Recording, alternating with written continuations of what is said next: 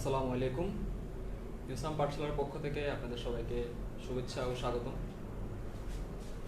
আজকে আমি আপনাদের সাথে উচ্চ মাধ্যমিক অর্থনীতি তৃতীয় অধ্যায় অর্থাৎ উচ্চ মাধ্যমিক অর্থনীতির প্রথম পত্র তৃতীয় অধ্যায় অর্থাৎ উৎপাদন উৎপাদন ব্যয় ও আয় নিয়ে আলোচনা করব।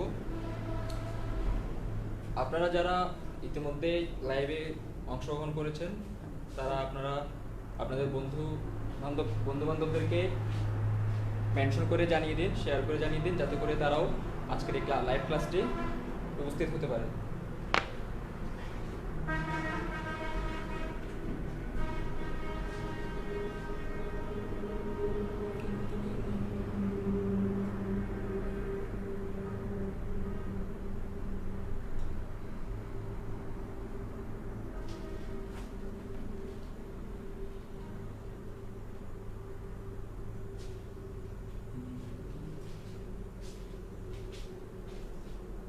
প্রথমে আমি আমার পরিচয় দিয়ে শুরু করছি।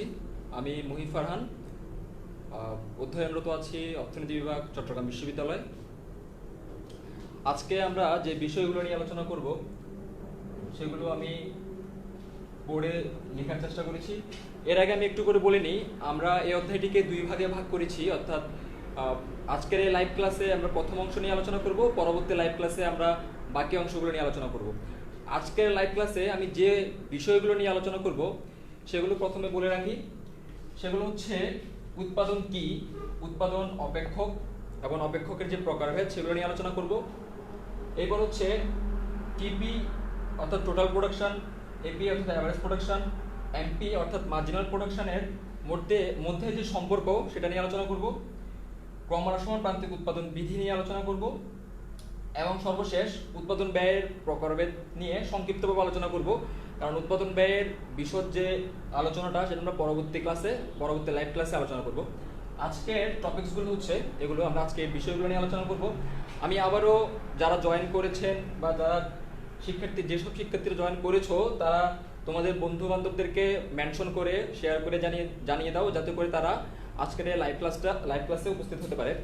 আমি এর আগে একটু করে বলিনি, অর্থনীতি হচ্ছে মানবিকের জন্য একটি আবশ্যিক বিষয় এবং কমার্সের জন্য হচ্ছে অপশনাল বিষয়। যদিও অনেকে মনে করে থাকে অ্যাডমিশন টেস্টে অর্থনীতি থেকে কোনো কোয়েশ্চেন আসে না, কিন্তু অর্থনীতি থেকেও কোয়েশ্চেন আসে। যেমন ডি ইউনিটের চট্টগ্রাম বিশ্ববিদ্যালয়ে যদি আমি ধরি, ডি ইউনিটের ক্ষেত্রে অর্থনীতি আলাদা করে 20 মার্ক বা 10 মার্কসের একটা কিছু কোয়েশ্চেন আসে। এছাড়াও সেটা অর্থনীতির হেডিংয়েই আসে। এছাড়া বি ইউনিটের পরীক্ষায় কিন্তু অর্থনীতি থেকে কোয়েশ্চেন আসে, সেক্ষেত্রে তারা সরাসরি দেয় না, তারা সাধারণ জ্ঞান বা জিকে পার্টের মধ্যে কিছু কিছু অর্থনীতির বিষয়গুলো নিয়ে প্রশ্ন এসে থাকে।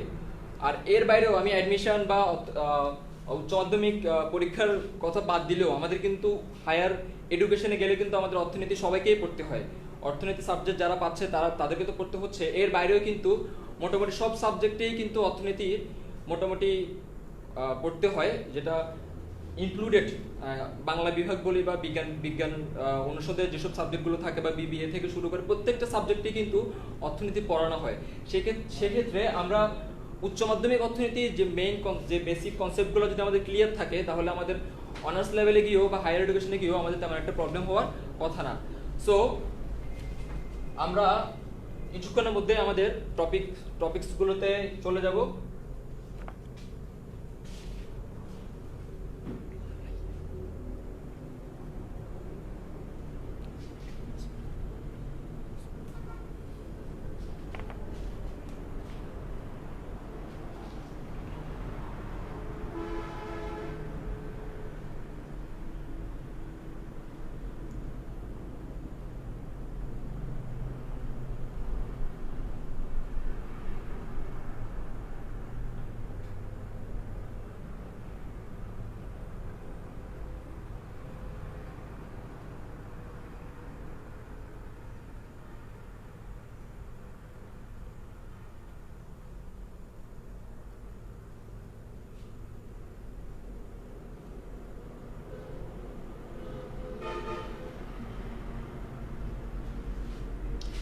প্রথমে আমরা এই অধ্যায় শুরু করার আগে আমরা উৎপাদন জিনিসটা কি সেটা নিয়ে আলোচনা করব।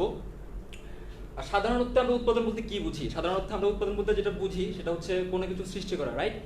কিন্তু অর্থনীতিতে এতটুকুতেই কি সীমাবদ্ধ? উত্তর হচ্ছে না। আমরা দৈনন্দিন জীবনে বিভিন্ন ধরনের দ্রব্য সামগ্রী ভোগ করে থাকি। কেন?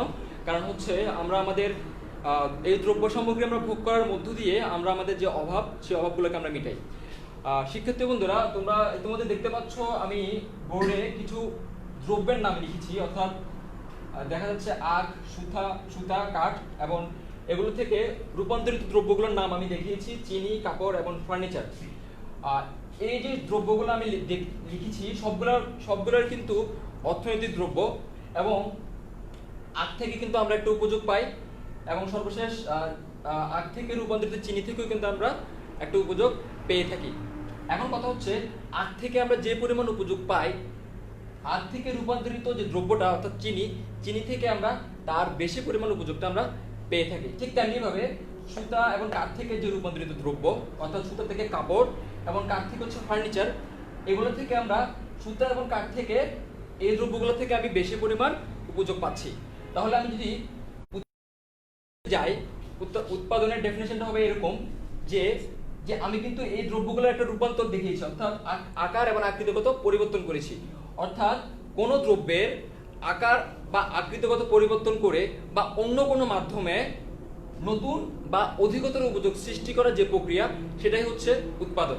তাহলে আমি যে জিনিসটা বলেছি যে আমি কিন্তু আখ থেকেও উপযোগ পাচ্ছি, চিনি থেকেও উপযোগ পাচ্ছি, তাহলে আমি যখন রূপান্তরিত করেছি, রূপান্তরিত করার ফলে আমি আখের তুলনায় রূপান্তরিত যে দ্রব্য অর্থাৎ চিনি বা কাপড় বা ফার্নিচার, এখানে অধিকতর উপযোগ পাচ্ছি, আগের তুলনায় বেশি উপযোগ পাচ্ছি। তাহলে আমি ডেফিনেশনের সাথে মিল রেখে বলতে পারি যে কোন দ্রব্যের আকার বা আকৃতিগত পরিবর্তন করে বা নতুন বা অন্য কোনো মাধ্যমে নতুন বা অধিকতর উপযোগ সৃষ্টির যে প্রক্রিয়া, সেটাকে মূলত অর্থনীতিতে উৎপাদন হিসেবে আখ্যায়িত করা হয়।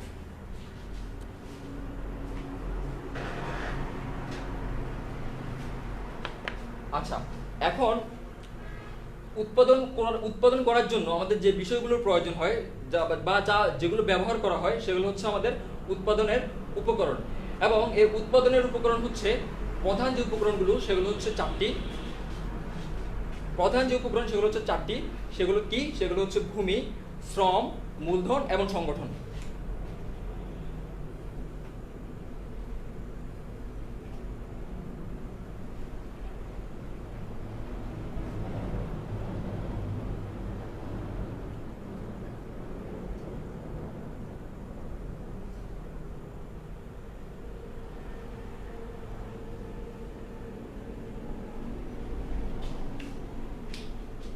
খেয়াল করো শিক্ষার্থী বন্ধুরা, আমি কিছুক্ষণ আগে বলেছিলাম যে আমাদের অর্থনীতি থেকেও কিন্তু অ্যাডমিশন টেস্টে অনেক সময় প্রশ্ন করা হয়।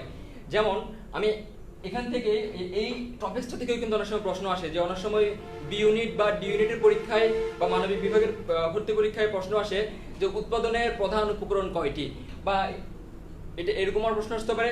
আবার এখান থেকে যে কোনো একটা দিয়ে বলতে পারে যে নিচের কোন উপকরণটির যোগান সীমাবদ্ধ। তোমরা কি জানো সেটা হচ্ছে কি? সেটা হচ্ছে ভূমি, অর্থাৎ ভূমির যোগান হচ্ছে সীমাবদ্ধ, অর্থাৎ ভূমি হচ্ছে প্রকৃতির দান, এবং আমরা চাইলে ভূমিকে কি করতে পারি না, নতুন করে সৃষ্টি করতে পারি না, বা ভূমির হ্রাস বা বৃদ্ধিও ঘটাতে পারি না। এগুলোর প্রত্যেকটা উপকরণের কিন্তু সংজ্ঞা এবং বৈশিষ্ট্য দেওয়া আছে। এগুলো থেকে অনেক সময় 2 মার্কসের প্রশ্ন উচ্চ মাধ্যমিক পরীক্ষায় আসতে দেখা যায়। সেই ক্ষেত্রে জাস্ট সংজ্ঞা এবং বৈশিষ্ট্য, 2 মার্কসের বৈশিষ্ট্যের জন্য 3 থেকে 4টা বৈশিষ্ট্য লিখলে মোটামুটি 2 মার্কস এনশিওর করা খুবই ইজি। আমি এগুলো বইতে সুন্দর করে গোছানোভাবে দেওয়া আছে। আমি যদি ভূমির কয়েকটা বৈশিষ্ট্য বা সংজ্ঞা যদি বলি, কয়েকটা আমি অলরেডি বলে ফেলেছি। সেগুলো হচ্ছে ভূমি হচ্ছে প্রকৃতির দান, এবং ভূমি হচ্ছে স্থানান্তরযোগ্য নয়। আমরা চাইলে ভূমিকে এক জায়গা থেকে অন্য জায়গায় স্থানান্তর করতে পারি না। তবে হ্যাঁ, ভূমির মালিকানা হচ্ছে হস্তান্তরযোগ্য, অর্থাৎ আমরা অর্থের মাধ্যমে ভূমির মালিকানাটাকে হস্তান্তর করতে পারি। আরেকটা বিষয় খুবই ইম্পর্টেন্ট, সেটা হচ্ছে ভূমির যোগান হচ্ছে সীমাবদ্ধ, অর্থাৎ ভূমির যে যোগান আমরা চাইলে ভূমিকে সৃষ্টিও করতে পারি না বা বৃদ্ধিও করতে পারি না। সেটা আমরা যদি চিত্রের মাধ্যমে দেখাই, সেটা হবে অনেকটা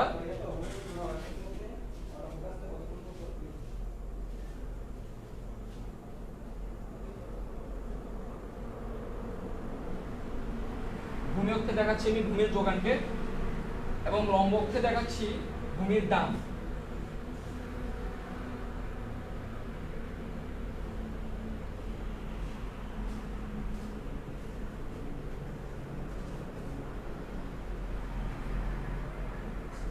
খেয়াল করো, আমি যদি আমার ভূমির যোগান হচ্ছে সীমাবদ্ধ, অর্থাৎ সেজন্য সীমাবদ্ধ হওয়ার কারণে ভূমির এই যে রেখাটা হচ্ছে লম্বকে সমান্তরাল হয়ে থাকে, অর্থাৎ আমি যদি P0 দামে যদি যে পরিমাণ ভূমি পাবো, আমি দাম বাড়িয়ে যদি P1 করি, ঠিক একই পরিমাণ আমি ভূমির পরিমাণ পাচ্ছি। অর্থাৎ ভূমির দাম হ্রাস বৃদ্ধি করেও আমি ভূমির যোগানটাকে কিন্তু কি করতে পারছি না, বাড়াতে পারছি না। এই চিত্রের মাধ্যমে দেখানো হয় যে ভূমির যোগানটা হচ্ছে সীমাবদ্ধ, যেটা লম্বকে সমান্তরাল দেখানো হয়ে থাকে।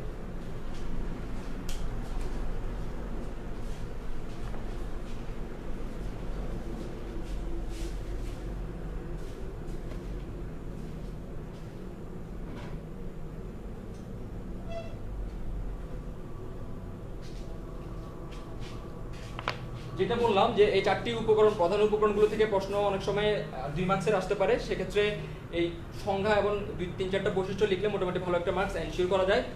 এরপর হচ্ছে আমাদের উৎপাদন অপেক্ষক নিয়ে আলোচনা করছি।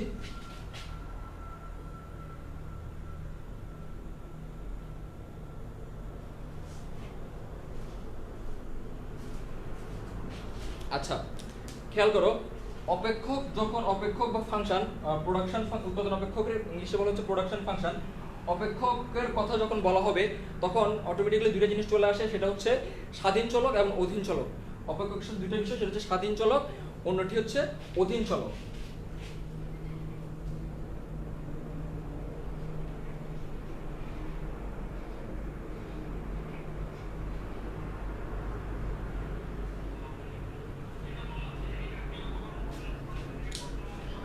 স্বাধীন চলকের সংজ্ঞা কিন্তু আমরা জানি যে যেসব চলকগুলো হচ্ছে নিজে মান গ্রহণ স্বাধীনভাবে নিজে মান গ্রহণ করতে পারে। অন্যদিকে অধীন চলকগুলো হচ্ছে যে চলকগুলো নিজে মান গ্রহণ করতে পারে না এবং তাকে স্বাধীন চলকের উপর ডিপেন্ড করতে হয়। এখন প্রশ্ন হচ্ছে উৎপাদন অপেক্ষকের ক্ষেত্রে কোনগুলো স্বাধীন চলক এবং কোনগুলো অধীন চলক সেগুলো আমাদেরকে দেখতে হবে। আমরা কিছুক্ষণ আগে বলেছিলাম যে উৎপাদন করার জন্য যা ব্যবহার করা হয় সেগুলো হচ্ছে আমার উৎপাদনের উপকরণ। এই উপকরণগুলো ব্যবহার করে আমি হচ্ছে আমার উৎপাদন কার্যটা পরিচালনা করি। তাহলে আমি কিছুক্ষণ আগে দেখেছিলাম, আমরা কয়টা উপকরণ দেখিয়েছিলাম? 4টা উপকরণ। সেগুলো হচ্ছে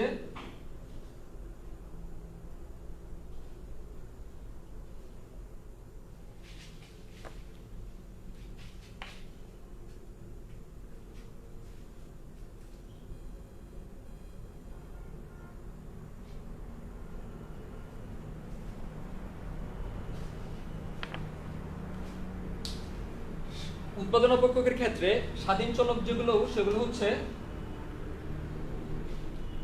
যে এই উপকরণগুলো হচ্ছে আমার স্বাধীন চলক, অর্থাৎ আমার ল্যান্ড, লেবার, ক্যাপিটাল এবং অর্থাৎ অর্গানাইজেশন, অর্থাৎ আমার ভূমি, শ্রম, মূলধন, সংগঠন, এই উপকরণগুলো ব্যবহার করে আমি আমার উৎপাদন কার্যটা পরিচালনা করি।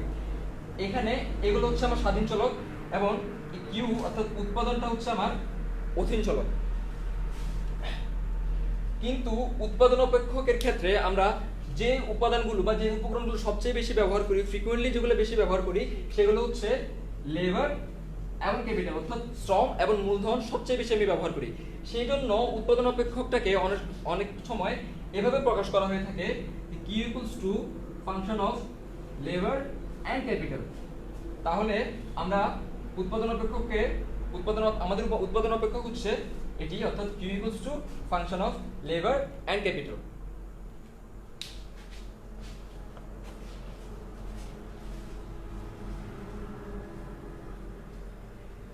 এরপর আমাদের যেটি নিয়ে আলোচনা করা হবে সেটা হচ্ছে উৎপাদন অপেক্ষককে কিন্তু দুই ভাগে ভাগ করা হয়েছে। একটা হচ্ছে স্বল্পকালীন উৎপাদন অপেক্ষক, অন্যটি হচ্ছে দীর্ঘকালীন উৎপাদন অপেক্ষক।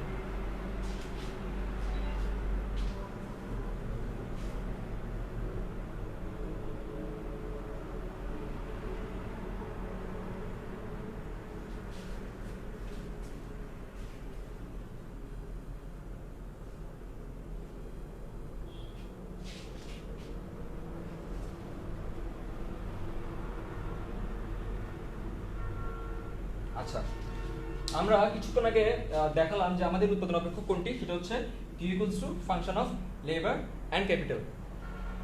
তাহলে উৎপাদন অপেক্ষককে যে আমরা বললাম স্বল্পকালীন এবং দীর্ঘকালীন, সেটা ডিপেন্ড করা হচ্ছে এই লেবার এবং ক্যাপিটালের উপর, অর্থাৎ লেবার এবং ক্যাপিটাল আমি কত দ্রুত মুভ করাতে পারছি তার উপরই আসলে স্বল্পকালীন এবং দীর্ঘকালীন উৎপাদন অপেক্ষকের ধারণার উৎপত্তি। তাহলে প্রথমে আমি স্বল্পকালীন উৎপাদন অপেক্ষকটা খেয়াল করি।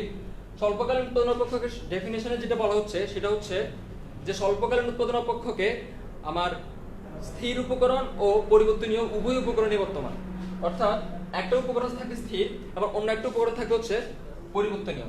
আমি যদি উদাহরণের মাধ্যমে যদি খেয়াল করি, ধরে নিচ্ছি আমার 1000 পিস মার্কারের প্রয়োজন। তাহলে আমি কোনো একটা মার্কার উৎপাদনকারী প্রতিষ্ঠানে গিয়ে বললাম আমার 1000 পিস মার্কার 5 দিনের মধ্যে আমার লাগবে। তখন সে চিন্তা করবে তার কিন্তু ওই প্রতিষ্ঠানে কিন্তু রেগুলার একটা প্রোডাকশন থাকে, সে কিন্তু ডেইলি তার একটা প্রোডাকশন পরিচালনা করে। অর্থাৎ সে কিন্তু আমার জন্য যে শুধু বসে থাকবে আমার 1000 পিস মার্কারের জন্য তা কিন্তু না। ওই 1000 পিস মার্কার উৎপাদন সে তার রেগুলার প্রোডাকশনের বাইরে গিয়ে করবে। তাহলে সে কি করবে খেয়াল করো, সে তার আমরা বলেছি লেবার এবং ক্যাপিটাল। তাহলে সে চিন্তা করবে তার দুটো অপশন থাকতে পারে, একটা হচ্ছে সে ক্যাপিটালকে হয় ক্যাপিটাল বাড়াবে এই 1000 পিস মার্কার উৎপাদন করার জন্য, না হয় সে লেবার উৎপাদন করবে।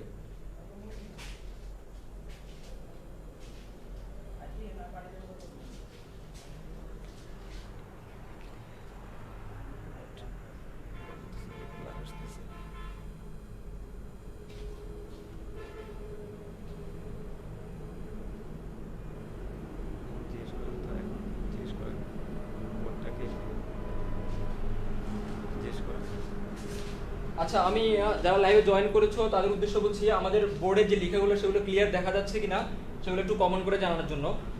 আমাদের কোনো যান্ত্রিক ত্রুটির কারণে হয়তো একটু ঝাপসা দেখা গিয়েছিল, অস্পষ্ট দেখা গিয়েছিল। এখন আমাদের বোর্ডে যে লেখাগুলো সেগুলো স্পষ্ট দেখা যাচ্ছে কিনা আমি শিক্ষার্থী বন্ধুদের কমেন্ট করে জানানোর জন্য অনুরোধ করছি যে লেখাগুলো ক্লিয়ার দেখা যাচ্ছে কিনা।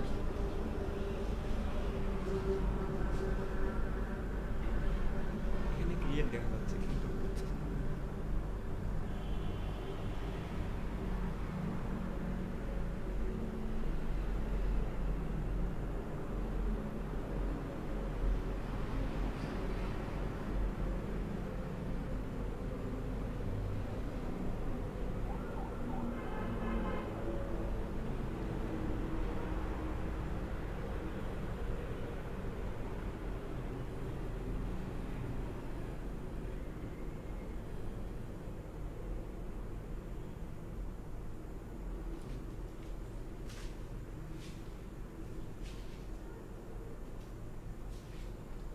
আমাদের বোর্ডে যে লেখাগুলো সেগুলো ক্লিয়ার দেখা যাচ্ছে কিনা আমি শিক্ষার্থী বন্ধুদের কমেন্ট করে জানিয়ে দেওয়ার জন্য অনুরোধ করছি। লেখাগুলো ক্লিয়ার, বোর্ডে লেখাগুলো ক্লিয়ার দেখা যাচ্ছে কিনা। আচ্ছা, আমি আবার আগের স্বল্পকালীন উৎপাদন অপেক্ষকে ফিরে যাচ্ছি। স্বল্পকালীন উৎপাদন অপেক্ষক নিয়ে যেটা বলছিলাম যে আমার 1000 পিস মার্কারের যদি আমার প্রয়োজন হয় সেক্ষেত্রে এবার একটা হচ্ছে ক্যাপিটাল।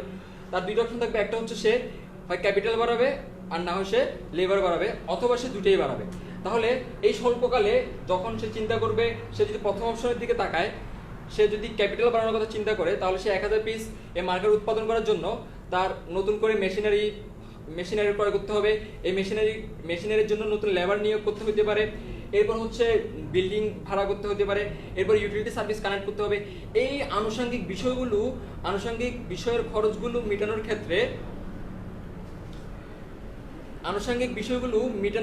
ক্ষেত্রে সে দেখা যাবে সময় চলে গেছে। অর্থাৎ সে 5 দিনে এগুলো মেটানোর পূর্বেই দেখা যাবে তার 5 দিন চলে যাবে। অর্থাৎ সে 5 দিনের মধ্যে সে 1000 পিস মার্কারটা প্রডিউস করে দিতে পারবে না, প্রডিউস করে কাঙ্ক্ষিত কাস্টমারকে দিতে পারবে না। তাহলে আমি যদি দ্বিতীয় অপশনের দিকে তাকাই, অর্থাৎ লেবারটাকে যদি আমি বাড়াই, অর্থাৎ আমার যে এক্সিস্টিং ক্যাপিটাল, তার যে একটা এক্সিস্টিং ক্যাপিটাল থাকবে, ওই এক্সিস্টিং ক্যাপিটালকে বজায় রেখে লেবারের পরিমাণ যদি বাড়ায়, সেই ক্ষেত্রে কিন্তু সে তার 1000 পিস মার্কারটা উৎপাদন করে তার কাস্টমারকে বুঝিয়ে দিতে পারবে। তাহলে এক্ষেত্রে সেকেন্ড অপশনটা তার জন্য অনেক ইজি। তাহলে আমরা দেখতে পাচ্ছি যে স্বল্পকালে আমরা আমাদের ক্যাপিটালটাকে মুভ করাতে পারছি না, অর্থাৎ স্বল্পকালে আমরা আমাদের ক্যাপিটালকে ফিক্সড রাখতে হয়। আমার ক্যাপিটালকে ফিক্সড রাখতে হয় এবং লেবারটা হচ্ছে আমার ভেরিয়েবল, লেবারটাকে আমি পরিবর্তন করতে পারি। সেজন্য এখন যদি আমার ডেফিনেশনের সাথে মিল রেখে যদি বলি যে স্বল্পকালীন উৎপাদন অপেক্ষকে স্থির ও পরিবর্তনীয় উপকরণ উভয় বর্তমান থাকে, অর্থাৎ স্থির উপকরণ হচ্ছে এখানে মূলধন, এবং পরিবর্তনীয় অর্থাৎ ভেরিয়েবল হচ্ছে আমার লেবার। এই লেবার ভেরিয়েবল হওয়ার কারণে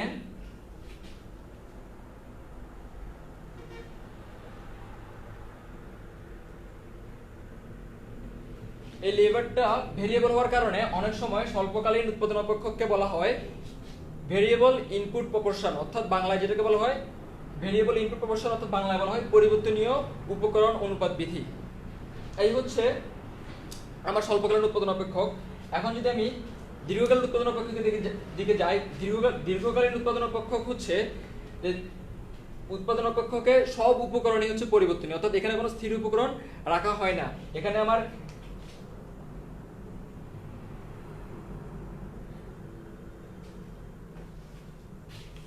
দীর্ঘকালীন উৎপাদন অপেক্ষকে আমার যেসব উপকরণগুলো থাকে সবগুলোই হচ্ছে পরিবর্তনীয়, অর্থাৎ লেবারও পরিবর্তনীয় এবং ক্যাপিটাল হচ্ছে পরিবর্তনীয়।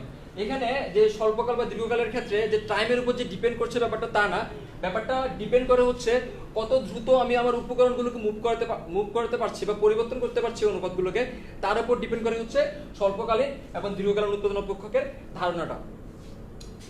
আমি যদি এখন আমাদের যে চিত্রটা স্বল্পকালীন এবং দীর্ঘকালীন চিত্রটা যদি দেখাই তাহলে আরো ক্লিয়ার হবে জিনিসটা।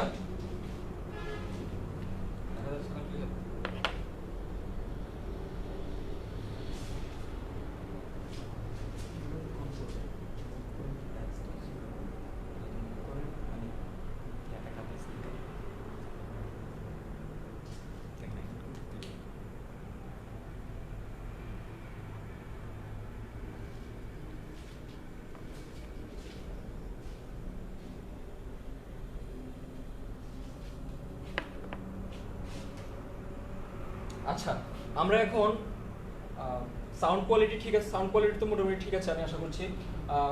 ব্লার হচ্ছে এখন, আশা করছি এখন আর ব্লার হবে না, এখন মোটামুটি ঠিক থাকবে। আমি বোর্ডে যা লিখছি সেগুলো মুখে আবার বলে দিচ্ছি যাতে করে শিক্ষার্থীদের জন্য জিনিসটা আরো ক্লিয়ার হয়। এখন স্বল্পকালীন উৎপাদন অপেক্ষক এবং দীর্ঘকালীন উৎপাদন অপেক্ষকের ধারণাটা তো আমরা মোটামুটি বুঝলাম। এখন হচ্ছে এটা আমি যদি চিত্রের মাধ্যমে যদি প্রকাশ করি সেটা আমি দেখাই। আমি কিছুক্ষণ আগে বলেছিলাম যে স্বল্পকালীন উৎপাদন অপেক্ষকে লেবারটাকে আমরা লেবার হচ্ছে আমার ভেরিয়েবল, সেজন্য এটাকে ভেরিয়েবল ইনপুট প্রপোর্শন বলা হয়। এই ফাংশনটা যদি আমি দেখাই তাহলে আমার লেবার হচ্ছে আমার ভেরিয়েবল, আমি ভূমি অক্ষের লেবারের পরিমাণ দেখাচ্ছি, এবং অঙ্গক হচ্ছে আমার কিউ বা অর্থাৎ টোটাল প্রোডাকশন বা উৎপাদনের পরিমাণটা দেখাচ্ছি। এই ফাংশনের চিত্রটা হচ্ছে অনেকটা এরকম, অর্থাৎ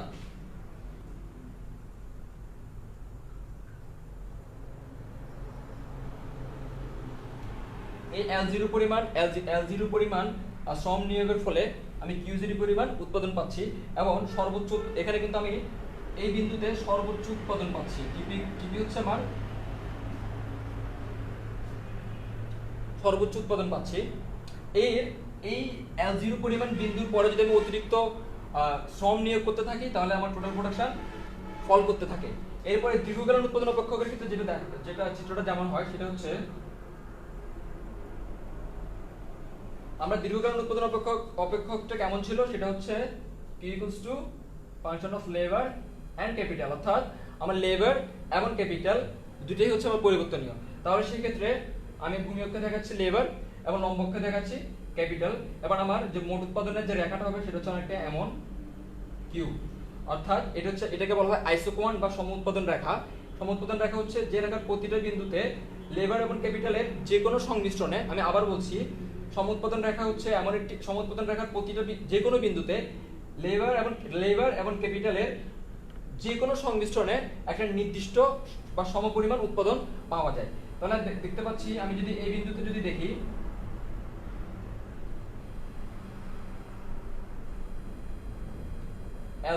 L0 এবং K0 পরিমাণ L0 এবং K0 পরিমাণ উপকরণের সংমিশ্রণে আমি একটা নির্দিষ্ট অ্যামাউন্ট উৎপাদন পাচ্ছি।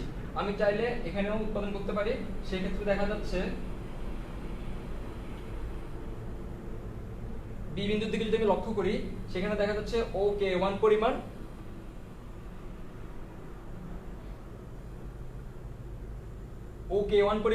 পুঁজি বা মূলধন ব্যবহার করছি, আর ভূমি অক্ষের দিকে যদি তাকায় দেখতে পাচ্ছি OL1 পরিমাণ শ্রম ব্যবহার করছি, যেখানে OK1 হচ্ছে OL1 এর চেয়ে বেশি, অর্থাৎ শ্রমের পরিমাণের চেয়ে আমার মূলধনের যে পরিমাণটা সেটা বেশি ধরা হচ্ছে। ঠিক তেমনিভাবে যে কোনো বিন্দুতে আমি চাইলে আমার উৎপাদন কার্যটা পরিচালনা করতে পারি। আমি সি বিন্দুতে চাইলে উৎপাদন করতে, যেখানে শ্রমিকের পরিমাণ বা শ্রমের পরিমাণ বেশি, মূলধনের পরিমাণ কম ব্যবহার করে আমি আমার উৎপাদন কার্যটা পরিচালনা করতে পারি। আমি যদি তাহলে এই যে এই অ্যামাউন্টে আমি হচ্ছে একটা নির্দিষ্ট পরিমাণ উৎপাদন করছি, অর্থাৎ আমি ধরে নিচ্ছি এখানে একটা 100 একক, এই 100 একক উৎপাদন করার জন্য আমি বিভিন্ন উপকরণের বিভিন্ন সংমিশ্রণ দেখতে পাচ্ছি। আমি যদি আমার উৎপাদনটাকে বাড়ানোর প্রয়োজন মনে করি, তাহলে এই রেখাটা ডান দিকে শিফট করবে। তাহলে এটা হচ্ছে Q1, তাহলে ধরে নিচ্ছি এটা হচ্ছে 200 একক পরিমাণ। আমি উপরের রেখায় 200 একক পরিমাণ উৎপাদন করার জন্য আমার আগের তুলনায় বেশি পরিমাণ ক্যাপিটাল এবং লেবার হায়ার করতে হবে। এই হচ্ছে আমার দীর্ঘকালীন উৎপাদন অপেক্ষকের চিত্রটা। আমি এখানে যে কিছুক্ষণ আগে বলেছিলাম যে স্বল্পকালীন উৎপাদন অপেক্ষকের সাথে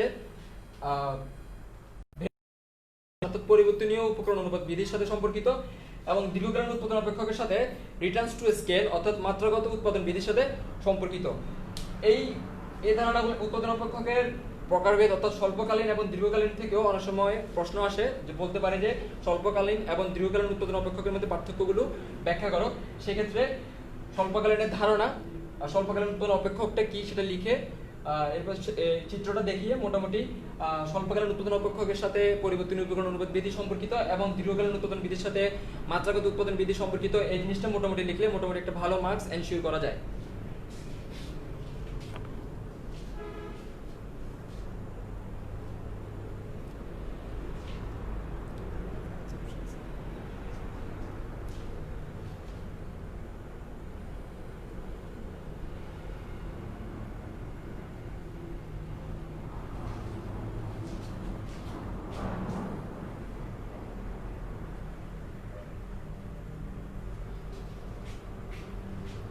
আচ্ছা, আমি শিক্ষার্থী বন্ধুদের উদ্দেশ্য বলছি, আমার বোর্ডে যদি লেখাগুলো হালকা নেট সমস্যার কারণে হয়তো ব্লার দেখা যাচ্ছে, আমি বোর্ডে যেটা লিখছি সেটা পাশাপাশি আমি মুখে বলে দেওয়ার চেষ্টা করছি। তোমরা চেষ্টা করো আমি যেটা বলছি সেটা শুনে খাতায় নোট ডাউন করার চেষ্টা করলে বেশি ভালো হয়। আমি সেটার জন্য দুঃখ প্রকাশ করছি। এখন মোটামুটি আগে থেকে ক্লিয়ার আসছে বলে আমার ধারণা। আচ্ছা, আমি আমরা কিছুক্ষণ আগে বললাম যে স্বল্পকালীন উৎপাদন অপেক্ষকের সাথে কোন বিষয়টা সম্পর্কিত, সেটা হচ্ছে পরিবর্তনীয় উপকরণ অনুপাত বিধি অর্থাৎ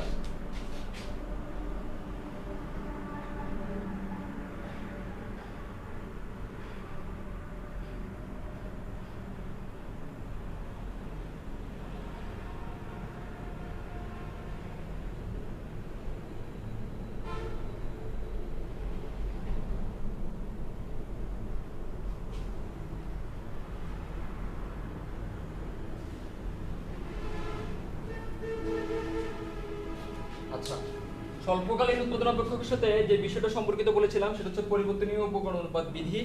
এই পরিবর্তনীয় উপকরণ অনুপাত বিধি অর্থাৎ ইংলিশে যেটাকে বলা হয় ভেরিয়েবল ইনপুট প্রপোর্শন, এটাকে আবার তিন ভাগে ভাগ করা হয়েছে। একটা হচ্ছে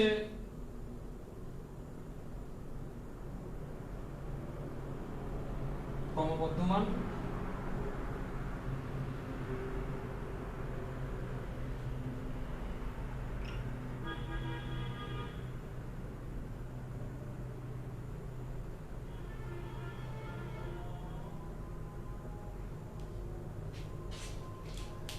পরিবর্তনীয় উপকরণ অনুপাত বিধির ক্ষেত্রে যে তিনটা ভাগে ভাগ করা হয়েছে, একটা হচ্ছে ক্রমবর্ধমান প্রান্তিক উৎপাদন বিধি, ক্রমহ্রাসমান প্রান্তিক উৎপাদন বিধি, আর একটা হচ্ছে সমানুপাতিক। তাহলে তোমরা নিশ্চয় জানো যে ক্রমবর্ধমান জিনিসটা কি, তারপর আমি আর একটু ক্লিয়ার করে দিই। সেটা হচ্ছে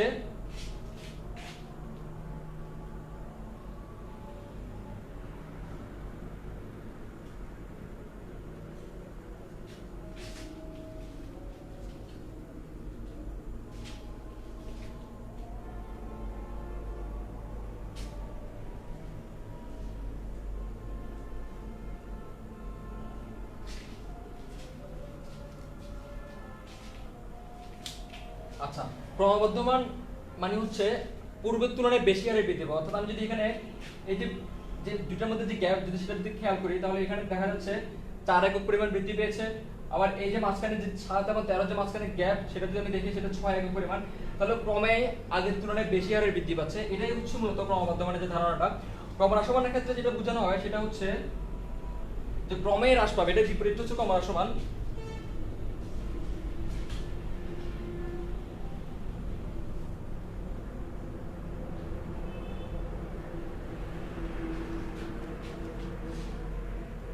এই যে প্রতি একক বৃদ্ধি পাচ্ছে, এখানে 4 থেকে 7, তার মানে গ্যাপটা হচ্ছে মাঝখানে 3, 7 থেকে 9 গ্যাপটা হচ্ছে মাঝখানে 2, 9 থেকে 10 মাঝখানে গ্যাপটা হচ্ছে 1। তাহলে যে প্রতি একক পরিমাণ যে বৃদ্ধি পাচ্ছে সেটা হচ্ছে ক্রমে কমছে আগের তুলনায়, অর্থাৎ আগের চেয়ে কম হারে বৃদ্ধি পাচ্ছে। বৃদ্ধি পাচ্ছে ঠিকই, অর্থাৎ টোটাল প্রোডাকশনটা বৃদ্ধি পাচ্ছে ঠিকই, কিন্তু আগের তুলনায় কম হারে বৃদ্ধি পাচ্ছে। প্রতি একক বৃদ্ধি পাচ্ছে 3 একক, 2 একক, 1 একক করে বৃদ্ধি পাচ্ছে। এটা হচ্ছে ক্রম আর সমান হারে বৃদ্ধি পাওয়া। আর সমানুপাতিক যে জিনিসটা সেটা হচ্ছে সমান হারে বৃদ্ধি পাওয়া, অর্থাৎ 5, 10, 15, 20। তো দেখা যাচ্ছে প্রতিবারে 5 একক 5 একক 5 একক করে বৃদ্ধি পাওয়া জিনিসটা সেটা হচ্ছে সমানুপাতিক। ঠিক একইভাবে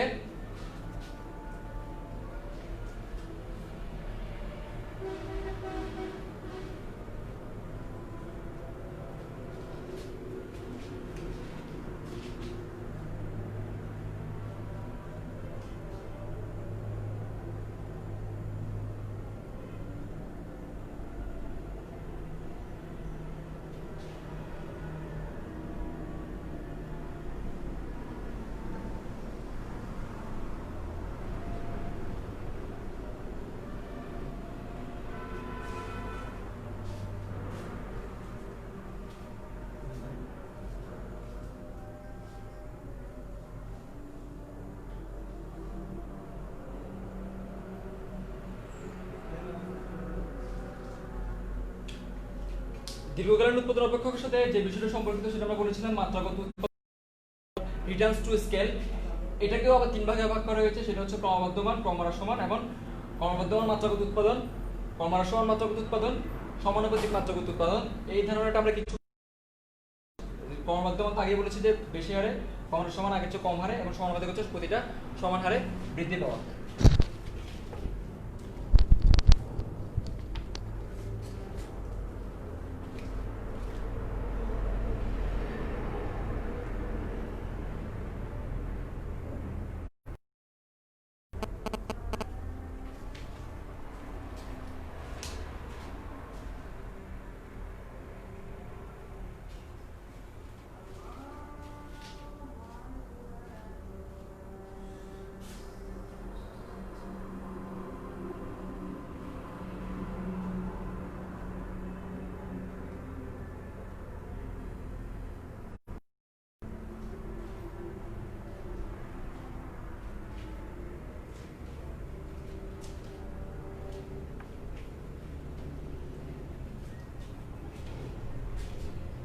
আচ্ছা, আমরা এখন যে বিষয়টা নিয়ে আলোচনা করব সেটা হচ্ছে টোটাল প্রোডাকশন অর্থাৎ মোট উৎপাদন, এভারেজ প্রোডাকশন অর্থাৎ গড় উৎপাদন, মার্জিনাল প্রোডাকশন অর্থাৎ এভারেজ প্রান্তিক উৎপাদন নিয়ে আলোচনা করব। মোট উৎপাদন জিনিসটা সেটা কি, সেটা হচ্ছে যে উৎপাদন ক্ষেত্রে একটা নির্দিষ্ট সময়ে কোনো উপকরণের বিভিন্ন একক ব্যবহার করে যে বস্তুগত উৎপাদন পাওয়া যায় তার যোগফলকে আমরা বলে থাকি হচ্ছে মোট উৎপাদন। আমি একটা উদাহরণের মাধ্যমে ক্লিয়ার করি। অর্থাৎ আমি যদি একজন লেবার ব্যবহার করি, একজন লেবার আমাকে 5 একক পরিমাণ উৎপাদন দিতে পারবে। আমি ধরে নিচ্ছি একটা গার্মেন্টস কোম্পানিতে একজন শ্রমিক 5টা শার্ট উৎপাদন করতে পারে। শ্রমিকের একক যখন বাড়াবো তখন দেখা যাবে 2জন শ্রমিক তার চেয়ে বেশি পরিমাণ উৎপাদন দিতে পারবে। 3জন শ্রমিক যখন বাড়াবো তখন দেখা যাবে সেও আগের তুলনায় বেশি পরিমাণ উৎপাদন করতে পারবে, অর্থাৎ 7 একক পরিমাণ। তাহলে এই যে বস্তুগত উৎপাদন, এই বস্তুগত উৎপাদনগুলো যোগফলই হচ্ছে আমার টোটাল প্রোডাকশন। আমি আবার বলছি, উৎপাদন ক্ষেত্রে একটি নির্দিষ্ট সময়ে কোন দ্রব্যের উপকরণের বিভিন্ন একক ব্যবহার করে যে বস্তুগত উৎপাদন পাওয়া যায় তার সমষ্টিকে আমরা বলছি হচ্ছে টোটাল প্রোডাকশন। আমি এখানে একটা ওয়ার্ড ব্যবহার করেছি, সেটা হচ্ছে বস্তুগত উৎপাদন। এখানে অবশ্যই এই ওয়ার্ডটা ইউজ করতে হবে, কারণ হচ্ছে আকাঙ্ক্ষাগত উৎপাদনের যোগফল কিন্তু টোটাল প্রোডাকশনে আসবে না। শুধুমাত্র বস্তুগত উৎপাদনের যে সমষ্টি সেগুলোই টোটাল প্রোডাকশনে আসবে। আমি বস্তুগত উৎপাদনে বলতে যেটা বুঝাচ্ছি সেটা হচ্ছে যেসব দ্রব্যগুলো আমি অলরেডি প্রডিউস করে ফেলেছি, অর্থাৎ যেগুলো আমার অলরেডি উৎপাদন হয়ে গিয়েছে। অর্থাৎ আমি এই মাসে একটা টার্গেট নিলাম যে আমি এক মাসে 1000 পিস বা এত নির্দিষ্ট পরিমাণে আমি একটা দ্রব্য উৎপাদন করবো, সেটা আমার টার্গেট। অর্থাৎ যেগুলো আমার এক্সপেকটেশন কিন্তু এখন উৎপাদন হয়নি সেগুলো আমার টোটাল প্রোডাকশনে আসবে না। যেগুলো আসবে সেগুলো হচ্ছে যেগুলো আমি অলরেডি উৎপাদন করে ফেলেছি, অর্থাৎ বস্তুগত উৎপাদন দ্বারা আমি এটাই বুঝাচ্ছি যেগুলো অলরেডি উৎপাদন হয়ে গিয়েছে। তাহলে এই যে প্রত্যেকটা এককের বস্তুগত উৎপাদনের যে যোগফল 18 একক, এটা হচ্ছে আমার টোটাল প্রোডাকশন।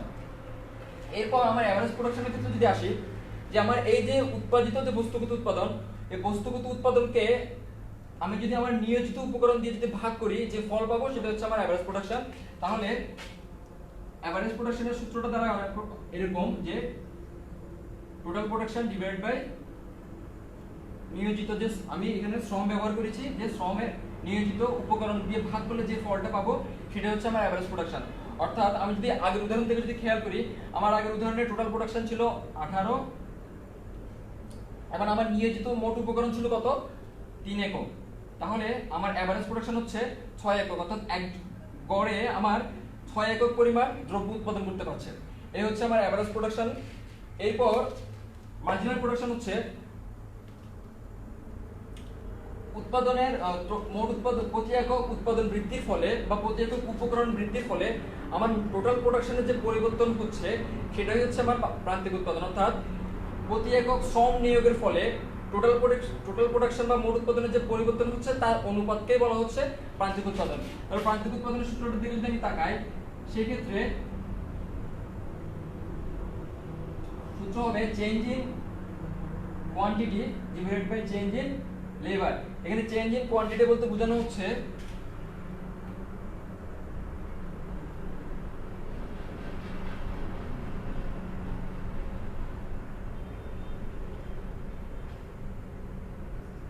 অর্থাৎ পরিবর্তিত যে উৎপাদন, পরিবর্তিত উৎপাদন থেকে আগের যে উৎপাদন সেটা বিয়োগ করে যেটা পাওয়া যাবে সেটা আমরা এখানে বসাবো।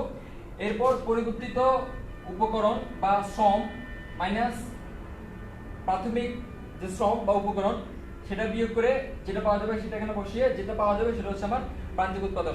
আমি একটা উদাহরণের মাধ্যমে ক্লিয়ার করি।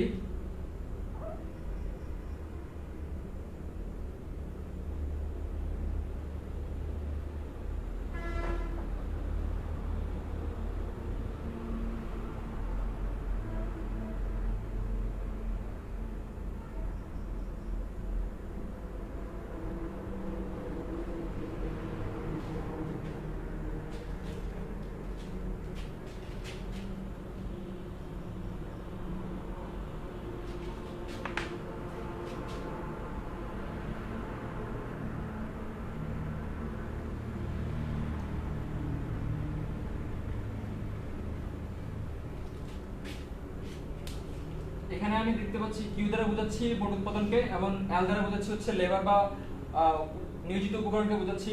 তাহলে দেখতে পাচ্ছি যে শ্রম নিয়োগের ফলে আমার যে টোটাল প্রোডাকশন যে একটা পরিবর্তন হচ্ছে, তাহলে আমি এখানে বলতে পারি পরিবর্তিত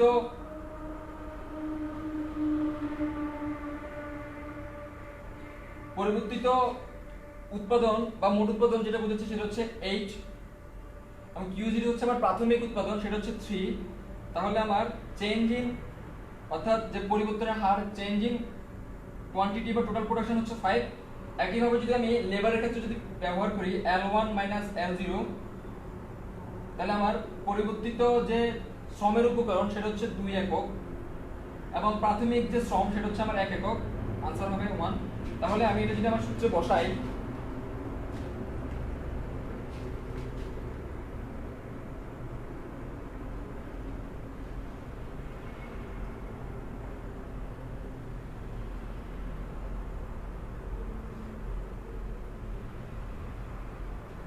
তাহলে আমি দেখতে পাচ্ছি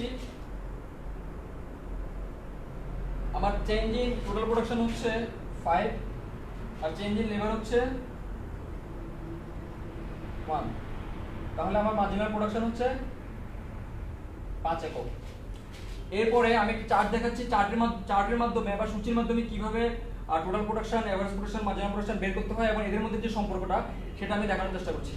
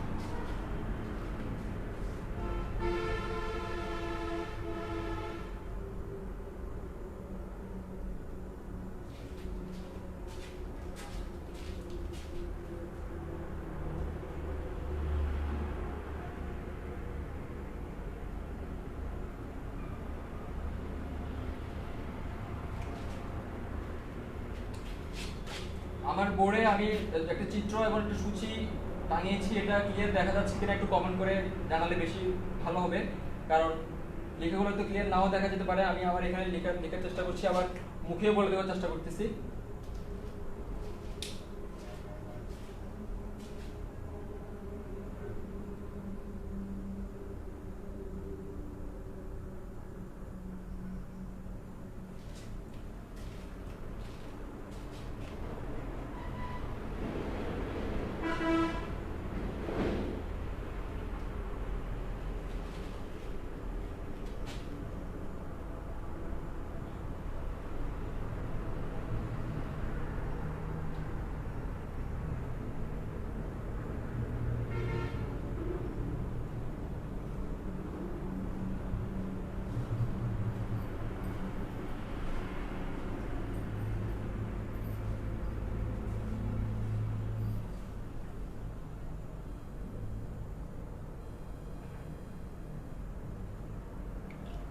বোর্ডে যে সূচি এবং চিত্রটা টাঙিয়েছি এটা ক্লিয়ার দেখা যাচ্ছে কিনা কমেন্ট করে জানিয়ে দাও, এটা ক্লিয়ার দেখা যাচ্ছে কিনা। আমি তারপর এখানে বড় চিত্র করতেছি।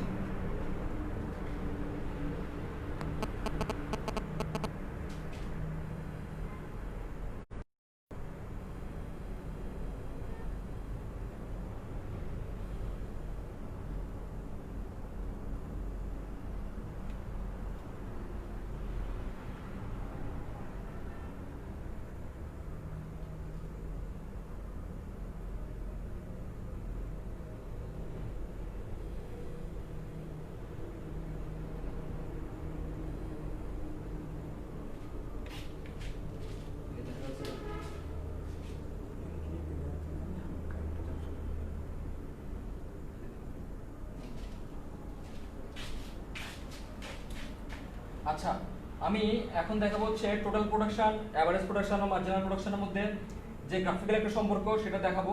এখানে একটা চার্ট দেখতে পাচ্ছ, যদিও ক্লিয়ার দেখা যাচ্ছে কিনা আমি বুঝতে পারতেছেন। তারপর আমি চার্টটা বলে দিচ্ছি। চার্টে যে আমি এখানে দেখাচ্ছি লেবারের পরিমাণ, ক্যাপিটাল এবং লেবার এবং ক্যাপিটাল ব্যবহার করে আমি টোটাল প্রোডাকশন পাবো। টোটাল প্রোডাকশন ব্যবহার দেখেছি। এরপর এভারেজ প্রোডাকশন, পরের মার্জিনাল প্রোডাকশন এবং স্টেজ কোন কোন স্টেজে ভাগ করেছি সেটা লিখেছি। এরপর যেহেতু এটা হচ্ছে আমার স্বল্পকালীন উৎপাদন অপেক্ষক এবং স্বল্পকালীন উৎপাদন অপেক্ষকে আমার ক্যাপিটালকে স্থির ধরে নেওয়া হয়, সেজন্য আমি ক্যাপিটালকে স্থির, প্রতি একক কিন্তু স্থির রেখেছি। এরপর হচ্ছে লেবারের পরিমাণ ক্রমে বাড়াচ্ছি এবং লেবারের পরিমাণ ক্রমে বাড়ানোর ফলে আমার টোটাল প্রোডাকশন কিন্তু ক্রমে বৃদ্ধি পাচ্ছে। তাহলে আমি প্রথম দিকে যখন খেয়াল করছি, যখন আমার 1 একক শ্রম ছিল তখন আমার টোটাল প্রোডাকশন ছিল 3 একক। আবার যখন 2 একক শ্রম তখন দেখতে পাচ্ছি টোটাল প্রোডাকশন বৃদ্ধি পেয়ে 8 একক। এরপর যখন 3 একক শ্রম বৃদ্ধি করেছি দেখা যাচ্ছে আমার টোটাল প্রোডাকশন বৃদ্ধি পেয়ে 12 একক। তাহলে দেখা যাচ্ছে এভাবে বৃদ্ধি পেতে পেতে এক পর্যায়ে গিয়ে সর্বোচ্চ হয় এবং এরপরে সর্বোচ্চ হওয়ার পরে আমি আমাদের টোটাল প্রোডাকশন ফাংশনে দেখিয়েছিলাম। এই যে এই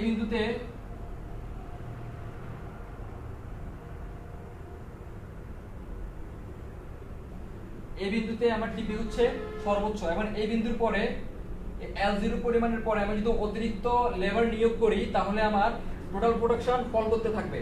তাহলে আমি দেখতে পাচ্ছি যখন আমার টোটাল প্রোডাকশন 0 তখন আমার মার্জিনাল প্রোডাকশন হচ্ছে, টোটাল প্রোডাকশন যখন সর্বোচ্চ হয়,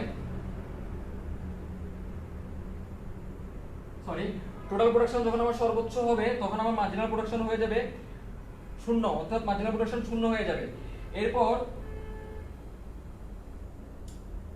প্রতি এককে যখন আমি বৃদ্ধি করছি তখন মার্জিনাল প্রোডাকশন 0 হচ্ছে। তাহলে আমি তিনটা স্টেজে ভাগ করেছি। এটা হচ্ছে আমার স্টেজ 1, স্টেজ 2, এটা হচ্ছে স্টেজ 3।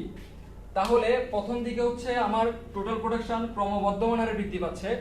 যখন টোটাল প্রোডাকশন ক্রমবর্ধমান হারে বৃদ্ধি পাচ্ছে, এই যে অংশটা আমার ক্রমবর্ধমান হারে বৃদ্ধি পাচ্ছে, তখন আমার মার্জিনাল প্রোডাকশন এবং এভারেজ প্রোডাকশনও বৃদ্ধি পাচ্ছে। কিন্তু মার্জিনাল প্রোডাকশনে এবং এভারেজ প্রোডাকশনের ক্ষেত্রে পার্থক্যটা দেখা যাচ্ছে, সেটা হচ্ছে এভারেজ প্রোডাকশনের রেখার তুলনায় মার্জিনাল প্রোডাকশন বেশি হারে বৃদ্ধি পাচ্ছে। অর্থাৎ এই অংশটাতে এভারেজ প্রোডাকশনের তুলনায় মার্জিনাল প্রোডাকশনটা বেশি। আমি যদি সূচির দিকে খেয়াল করি, এই যে এখানে দেখা যাচ্ছে যে এভারেজ প্রোডাকশন হচ্ছে 4 একক এবং মার্জিনাল প্রোডাকশন হচ্ছে 5 একক। তাহলে আমার এই স্টেজে দেখা যাচ্ছে যে এভারেজ প্রোডাকশনের তুলনায় মার্জিনাল প্রোডাকশনের পরিমাণটা বেশি। এবং যখন আমার এই স্টেজে সমাপ্তি ঘটে, অর্থাৎ ক্রমবর্ধমান হারে বৃদ্ধি পাওয়ার পরবর্তী যে স্টেজটা সেটা হচ্ছে আমার সেকেন্ড স্টেজ, সেটা হচ্ছে আমার ক্রমহ্রাসমান হারে বৃদ্ধি পাচ্ছে। ক্রমহ্রাসমান হারে যখন বৃদ্ধি পাচ্ছে তখন আমার এভারেজ প্রোডাকশন আর মার্জিনাল প্রোডাকশন হ্রাস পাচ্ছে। কিন্তু এখানে যেটা দেখা যাচ্ছে সেটা হচ্ছে প্রথম স্টেজের বিপরীতটা দেখা যাচ্ছে, অর্থাৎ প্রথম স্টেজে আমার মার্জিনাল প্রোডাকশনের পরিমাণ এভারেজ প্রোডাকশনের তুলনায় বেশি ছিল, কিন্তু এখানে দেখা যাচ্ছে যে মার্জিনাল প্রোডাকশনটা রেখা নিচে অবস্থান করছে এভারেজ প্রোডাকশন রেখার নিচে মার্জিনাল প্রোডাকশন রেখাটা নিচে অবস্থান করছে। তার মানে এখানে দেখা যাচ্ছে এই স্টেজে আমার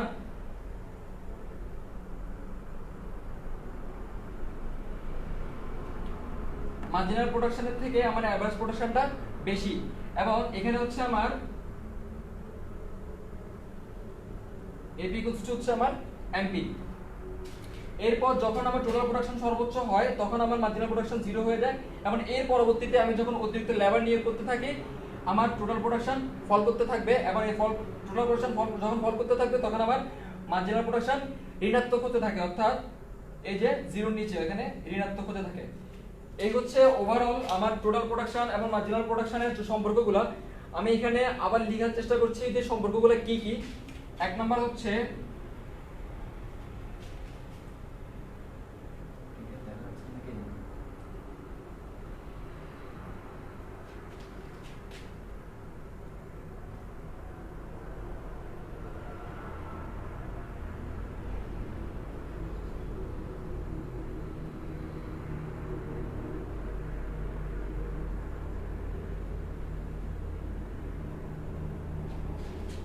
প্রথম সম্পর্কটা হচ্ছে টোটাল প্রোডাকশন যখন সর্বোচ্চ, অর্থাৎ টোটাল প্রোডাকশন সর্বোচ্চ হলে আমার মার্জিনাল প্রোডাকশন শূন্যের রূপান্তরিত হয়।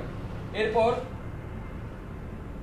যখন টোটাল প্রোডাকশন, আমি এগুলো লিখছি, আমি এগুলো মুখে বলে দিচ্ছি, আমি মুখে বলছি, সেক্ষেত্রে মধ্যে তোমরা নোট ডাউন করে নাও অথবা ভালো করে খেয়াল করো যে প্রথম স্টেজে অর্থাৎ এই স্টেজে যখন টোটাল প্রোডাকশন ক্রমবর্ধমান হারে বৃদ্ধি পায় তখন মার্জিনাল প্রোডাকশন এবং এভারেজ প্রোডাকশনও বৃদ্ধি পায়, কিন্তু এভারেজ প্রোডাকশনের তুলনায় মার্জিনাল প্রোডাকশনটা বেশি হারে বৃদ্ধি পায়। এরপর সেকেন্ড স্টেজে তখন দেখা যাচ্ছে যে যখন টোটাল প্রোডাকশন ক্রমহ্রাসমান হারে বৃদ্ধি পায় তখন মার্জিনাল প্রোডাকশন এবং এভারেজ প্রোডাকশন হ্রাস পেতে থাকে, তবে এক্ষেত্রে তার প্রথম স্টেজের বিপরীতটা ঘটে, অর্থাৎ মার্জিনাল প্রোডাকশন এভারেজ প্রোডাকশনের চেয়ে বেশি হারে হ্রাস পেতে থাকে, যার কারণে মার্জিনাল প্রোডাকশন রেখা এভারেজ প্রোডাকশন রেখার নিচে অবস্থান করছে, অর্থাৎ এখানে মার্জিনাল প্রোডাকশন এভারেজ প্রোডাকশনের চেয়ে ছোট। এরপর যখন সর্বোচ্চ হয়ে যায় 0 হয়ে যায়, এরপর থেকে মার্জিনাল প্রোডাকশন ঋণাত্মক হতে থাকে। এই হচ্ছে overall total production, average production ও মার্জিনাল প্রোডাকশনের মধ্যে সম্পর্ক।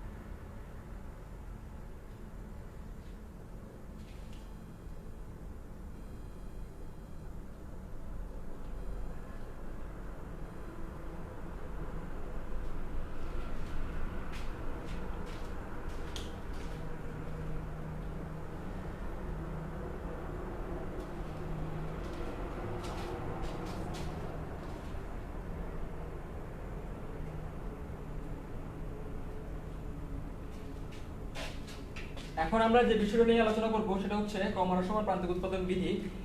ক্রমহ্রাসমান প্রান্তিক উৎপাদন বিধিটা এটাই বোঝায় যে কারিগরি কৌশলগুলো অপরিবর্তিত থাকা অবস্থায় অন্যান্য উপকরণ স্থির রেখে একটা উপকরণ যদি আমি ক্রমে বাড়াতে থাকি মোট উৎপাদন বাড়বে।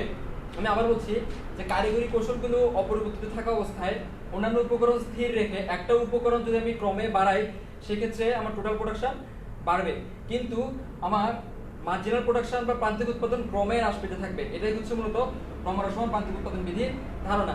এখান থেকে কিছু অনুমিত শর্তাবলী বা অ্যাজাম্পশন রয়েছে, আমরা অ্যাজাম্পশনগুলো দেখে নিই।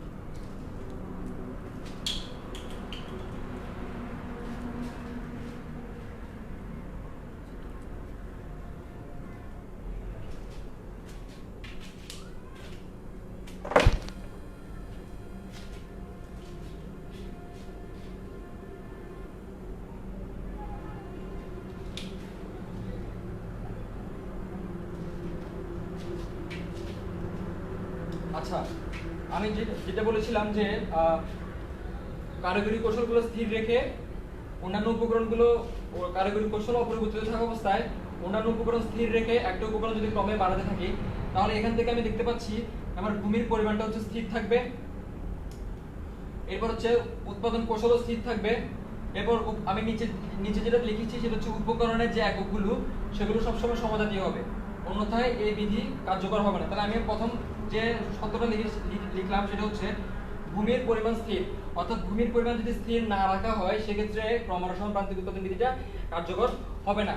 এরপর হচ্ছে উৎপাদন কৌশল যদি স্থির না রাখা হয় সেক্ষেত্রেও ক্রমহ্রাসমান প্রান্তিক উৎপাদন বিধিটা কার্যকর হবে না। কেন? কারণ হচ্ছে যে আমি যদি ধরে নিচ্ছি আমি একটা ভূমিতে যদি লাঙ্গল দিয়ে চাষ করি জমি, তাহলে দেখা যাবে আমার এক ধরনের উৎপাদন পাবো। আবার যদি আমি উন্নত প্রযুক্তি ব্যবহার করে অর্থাৎ ট্রাক্টর বা অন্য কোনো প্রযুক্তি ব্যবহার করে যদি ভূমি চাষ করি সেক্ষেত্রে আমার বেশি পরিমাণ উৎপাদন আরো বেশি পাবো। তাহলে দেখা যাচ্ছে উৎপাদন কৌশল যদি আমি স্থির না রাখি তাহলে আমার যে ক্রমহ্রাসমান প্রান্তিক উৎপাদন বিধির যে ধারণাটা সেটা মিলবে না, তার সাথে সেটা কার্যকর হবে না।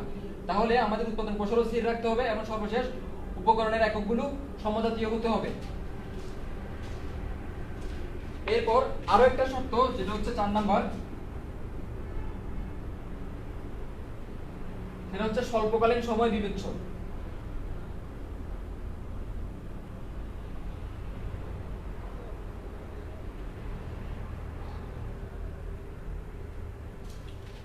স্বল্পকালীন সময় বিবেচ্য যেহেতু আমি আগে বলেছি স্বল্পকালীন উৎপাদন অপেক্ষকের ক্ষেত্রে কিন্তু ক্রমহ্রাসমান প্রান্তিক উৎপাদন বিধিটা আলোচনা করা হয় বা পরিবর্তনীয় উপকরণ অনুপাত বিধি। আর ক্রমহ্রাসমান প্রান্তিক উৎপাদন বিধিটা পরিবর্তনীয় উপকরণ অনুপাত বিধির একটা অংশ, সেজন্য স্বল্পকালীন সময় হিসেবে বিবেচ্য হিসেবে ধরে নেওয়া হয়।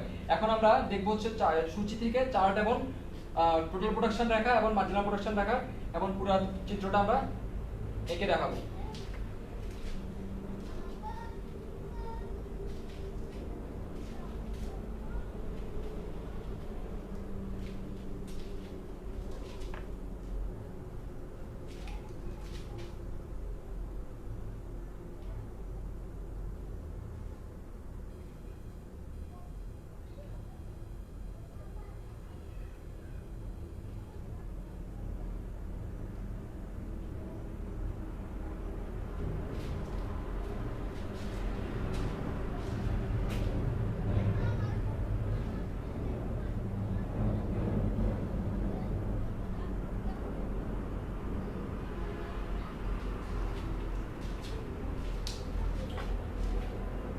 খেয়াল করো শিক্ষার্থী বন্ধুরা, আমি বলেছি আমাদের শর্তাবলীতে আমরা বলেছিলাম যে জমির পরিমাণ স্থির থাকবে এবং জমির অন্যান্য উপাদানগুলো স্থির রেখে যে কোনো একটা উপকরণ আমরা ক্রমে বাড়াতে থাকবো। তাহলে আমাদের যে উপকরণটা আমরা শ্রমটা হচ্ছে আমরা ক্রমে বাড়াচ্ছি, 1 2 3 4 করে 5 পর্যন্ত বাড়িয়েছি।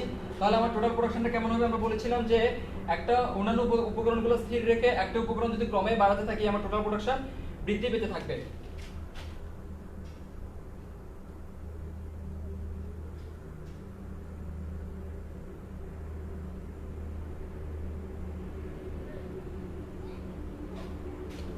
খেয়াল করো শিক্ষার্থী বন্ধুরা, আমরা দেখতে পাচ্ছি যে যখন আমরা শ্রমের একক বাড়াচ্ছি আমাদের টোটাল প্রোডাকশন কিন্তু বৃদ্ধি পাচ্ছে। 200 এক একক ছিল 200 একক থেকে 300 একক হয়েছে এবং ক্রমে কিন্তু বৃদ্ধি পেতে পেতে 390 হয়েছে।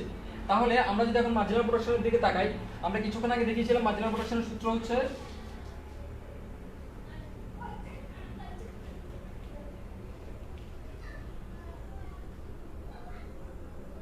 তাহলে এটা বৃদ্ধি পাচ্ছে হচ্ছে 100 একক, এটা বৃদ্ধি পেয়েছে 50 একক, এই যে এই বৃদ্ধিটা এখানে গ্যাপটা হচ্ছে 50, এরপর এই গ্যাপটা হচ্ছে 30, এই গ্যাপটা হচ্ছে 10। তাহলে আমরা দেখতে পাচ্ছি আমাদের মার্জিনাল প্রোডাকশনটা ক্রমে কিন্তু হ্রাস পাচ্ছে, 200 একক থেকে হ্রাস পেতে পেতে 10 একক পরিমাণ হচ্ছে, অর্থাৎ 200 থেকে 100, 100 থেকে 50, 50 থেকে 30 এভাবে 10 পর্যন্ত। তাহলে আমরা দেখতে পাচ্ছি যে জমির পরিমাণ স্থির রেখে যখন আমরা শ্রমের পরিমাণ ক্রমে বাড়াচ্ছি আমাদের টোটাল প্রোডাকশন বৃদ্ধি পাচ্ছে ঠিকই, কিন্তু আমার মার্জিনাল প্রোডাকশন ক্রমে হ্রাস পেতে থাকছে। এটাই হচ্ছে মূলত আমার ক্রমহ্রাসমান প্রান্তিক উৎপাদন বিধির ওভারঅল ধারণা। এখন আমরা এটা চিত্রের মাধ্যমে যদি দেখি,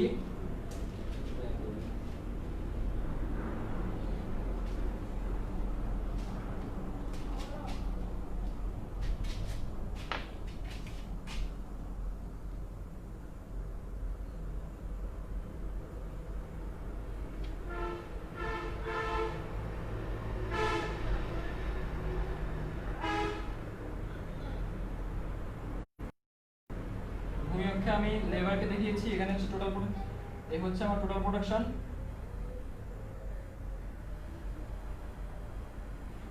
আমি যদি গ্রাফিক্যালি যদি মানগুলো এখানে বসাই তাহলে চিত্রটা অনেকটা এরকম দাঁড়াবে যে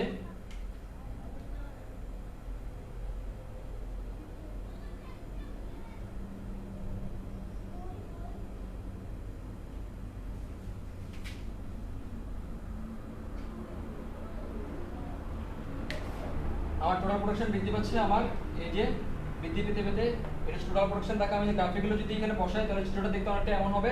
আর মার্জিনাল প্রোডাকশনের রেখাটা হবে নিম্নগামী, যেটা ক্রমে হ্রাস পাচ্ছে। এই হচ্ছে আমার ক্রমহ্রাসমান প্রান্তিক উৎপাদন বিধির ওভারঅল ধারণা। তাহলে আমার এখানে আরেকটা বিষয় বলে রাখি, যেটা হচ্ছে ক্রমহ্রাসমান প্রান্তিক উৎপাদন বিধির যে ক্ষেত্রগুলো, সেটা হচ্ছে কৃষি ক্ষেত্রে এই বিধি কার্যকর।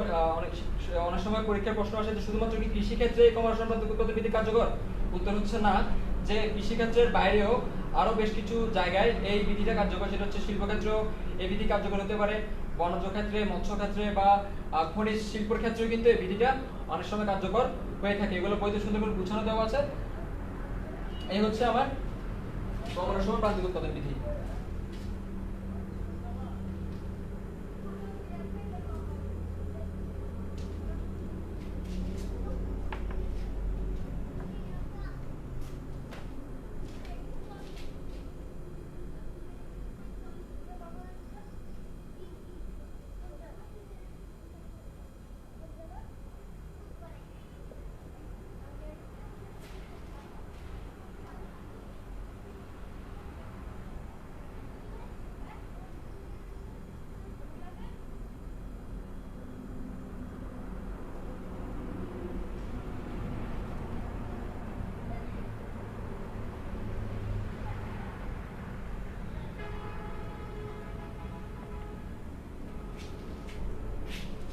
আচ্ছা, আমরা এরপরে যে টপিকটা নিয়ে আলোচনা করব সেটা হচ্ছে উৎপাদন ব্যয় নিয়ে।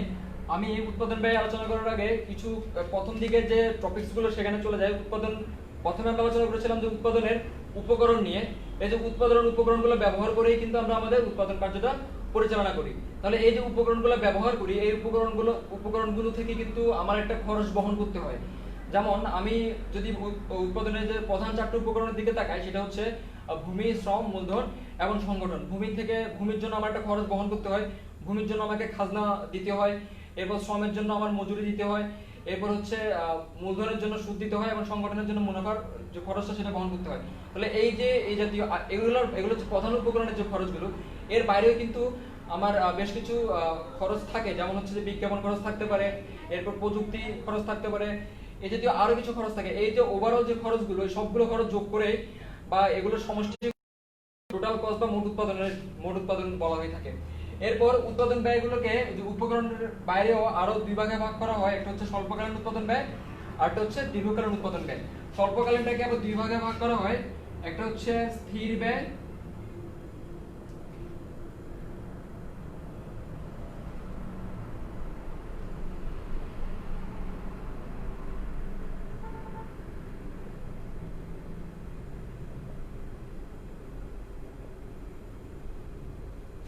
স্বল্পকালীন উৎপাদন ব্যয়কে আবার দুই ভাগে ভাগ করা হয়। একটা হচ্ছে স্থির ব্যয় বা ফিক্সড কস্ট, আর একটা হচ্ছে পরিবর্তনীয় ব্যয় বা ভেরিয়েবল কস্ট। তাহলে স্থির ব্যয় জিনিসটা কি সেটা যদি আমরা দেখি, স্থির ব্যয় হচ্ছে যে আমরা উৎপাদনের পরিমাণের বৃদ্ধির বা হ্রাস বৃদ্ধির সাথে যে ব্যয়গুলোর কোনো পরিবর্তন হয় না। অর্থাৎ আমি যদি উৎপাদন কার্যের জন্য একটা বিল্ডিং ভাড়া করি, সেক্ষেত্রে দেখা যাবে বিল্ডিং এর ভাড়ার জন্য আমরা যদি উৎপাদন না করি, সেক্ষেত্রে কিন্তু আমার বিল্ডিং ভাড়াটা আমাকে বহন করতে হতো, সেটা সবসময় ফিক্স থাকে। আমার যদি উৎপাদন শূন্য হয় বা কোনো উৎপাদন না করি, তখন আমার একটা উৎপাদন ব্যয় থাকবে। আবার আমি যদি উৎপাদন করিও, তখন আমার সেম পরিমাণ উৎপাদন ব্যয়টা আমাকে বহন করতে হবে। এছাড়াও আমি যদি ধরে স্থায়ী কর্মচারীদের যে বেতনের দিকে যদি তাকাই, সেক্ষেত্রে সেটাও এক ধরনের স্থির ব্যয়। যে আমার 1 বছরের জন্য যে স্থায়ী কর্মচারী আমি নিয়োগ করব, আমি যদি উৎপাদন নাও করি, সেক্ষেত্রে তাদের বেতনগুলো আমাকে বহন করতে হবে। এই জাতীয় আরো কিছু থাকবে, যেগুলো অপচয় ভাড়া বা মূলধন অপচয় ভাড়া থাকতে পারে। এই জাতীয় ব্যয়গুলো হচ্ছে আমার স্থির ব্যয়। অর্থাৎ যে উৎপাদন করি বা না করি, আমাকে যে ব্যয়টা সবসময় বহন করতে হচ্ছে। অর্থাৎ উৎপাদনের পরিবর্তনের প্রেক্ষিতে যে ব্যয়ের কোনো পরিবর্তন হয় না, যেটা সবসময় স্থির থাকে বা ফিক্স থাকে, সেটা হচ্ছে আমার স্থির ব্যয়। এই সবগুলো স্থির ব্যয় যেগুলো বললাম, যে আমার বিল্ডিং ভাড়া থাকতে পারে, আমার স্থায়ী কর্মচারীর বেতন থাকতে পারে, অপচয় ভাড়া থাকতে পারে, এই ব্যয়গুলো সবগুলো যোগফল হচ্ছে আমার যোগ করে যেগুলো পাওয়া যায় সেগুলোকে বলা হয় মোট স্থির ব্যয় বা টোটাল ফিক্সড কস্ট বলা হয়ে থাকে। এরপর পরিবর্তনীয় ব্যয় যেটা, সেটা হচ্ছে যে উৎপাদনের পরিবর্তনের ফলে যে ব্যয়গুলোর পরিবর্তন হয় সেগুলো হচ্ছে আমার পরিবর্তনীয় ব্যয়। যেমন আমি যদি বলি যে আমার অস্থায়ী কর্মচারীদের বেতন, অর্থাৎ আমি যদি উৎপাদন না করি সেক্ষেত্রে আমার অস্থায়ী কর্মচারীর বেতনটা আমাকে দিতে হচ্ছে না। এরপর আমি যদি বিদ্যুৎ খরচ বা জ্বালানির ব্যয়ের দিকে যদি তাকাই, আমি যদি উৎপাদন না করি তাহলে দেখা যাবে আমার ওই যে বিদ্যুৎ ব্যয়টা আমার দিতে হচ্ছে না, তখন আমার বিদ্যুৎ ব্যয়টা বন্ধ থাকবে, বিদ্যুৎ সংযোগটা বন্ধ থাকবে, আমার উৎপাদন ব্যয়টা বহন করতে হচ্ছে না। কিন্তু আমি যদি উৎপাদন যত বাড়াবো ততই কিন্তু আমার এই যে বিদ্যুৎ ব্যয় বা জ্বালানির ব্যয়টা আমার দিন দিন বৃদ্ধি পেতে থাকবে। তাহলে এই যে বিদ্যুৎ ব্যয় বা জ্বালানি সংক্রান্ত যে ব্যয়গুলো বা অস্থায়ী শ্রমিকদের যে মজুরিটা বহন করতে হয় সেগুলো হচ্ছে আমার পরিবর্তনীয় ব্যয়, যেগুলো উৎপাদনের পরিবর্তনের অর্থাৎ উৎপাদন হ্রাস বৃদ্ধির সাথে সাথে এই ব্যয়গুলোর কি হয়, পরিবর্তন হয়, সেগুলো হচ্ছে ভেরিয়েবল কস্ট বা পরিবর্তনীয় ব্যয়। আর এগুলো সবগুলোর সমষ্টি হচ্ছে টোটাল ভেরিয়েবল কস্ট। আর দীর্ঘকালীনের ক্ষেত্রে দীর্ঘকালে কোনো ফিক্সড কস্ট থাকে না, দীর্ঘকালে সকল ব্যয় হচ্ছে পরিবর্তনীয় হয়ে থাকে, অর্থাৎ দীর্ঘকালে সব ব্যয় হচ্ছে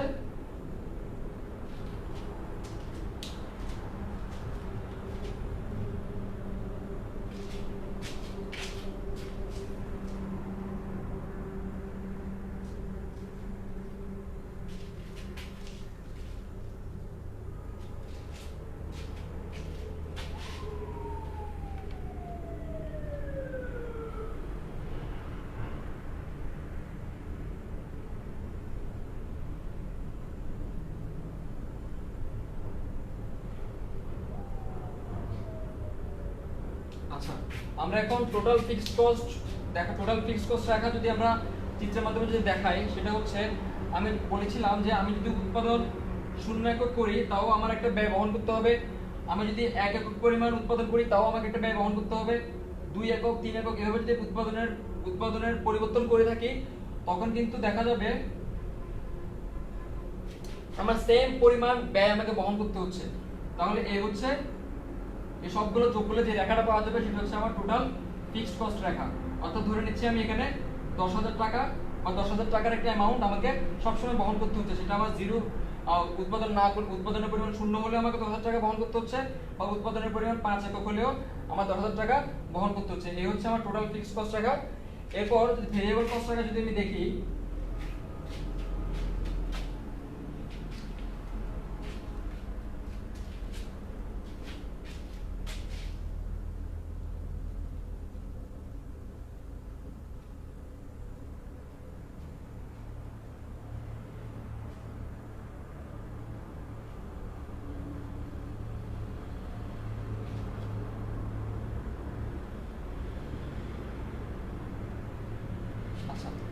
আমরা পরিবর্তনীয় ব্যয়ের ক্ষেত্রে যেটা বলেছিলাম সেটা হচ্ছে যে যখন আমার কোনো উৎপাদন আমি করব না, যখন আমার উৎপাদনের পরিমাণ 0 থাকবে, আমি কোনো উৎপাদনে যাব না, কোনো প্রোডাকশনে যখন যাব না, তখন আমার কোনো কস্ট থাকবে না। আমার যে বিদ্যুৎ ব্যয় বা জ্বালানি সংযোগ বা অস্থায়ী কর্মচারীদের যে মজুরি সেগুলো আমার সবসময় 0, যে আমার উৎপাদন যদি 0 হয় তাহলে আমার ওই ব্যয়টাও 0 থাকবে।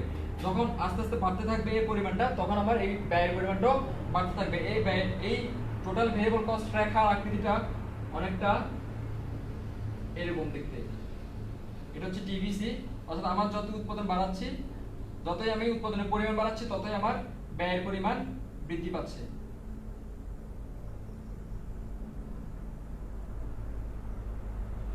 তাহলে দেখতে পাচ্ছি আমি উৎপাদনের পরিমাণ বৃদ্ধির সাথে সাথে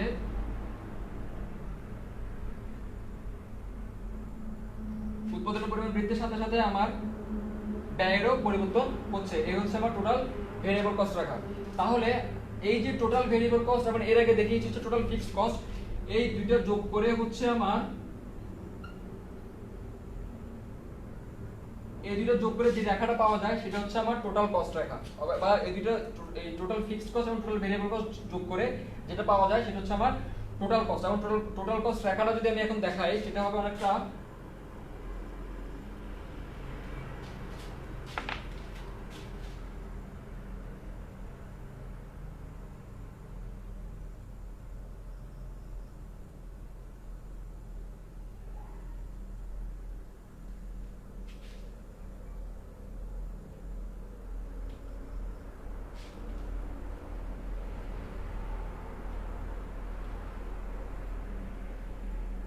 আচ্ছা, আমি এখানে একটা কাল্পনিক সূচি দেখালাম, যে সূচিতে দেখতে পাচ্ছি আমি যখন কিউ দ্বারা বোঝাচ্ছি উৎপাদনের পরিমাণ, টিএফসি হচ্ছে total fixed cost, TVC total variable cost.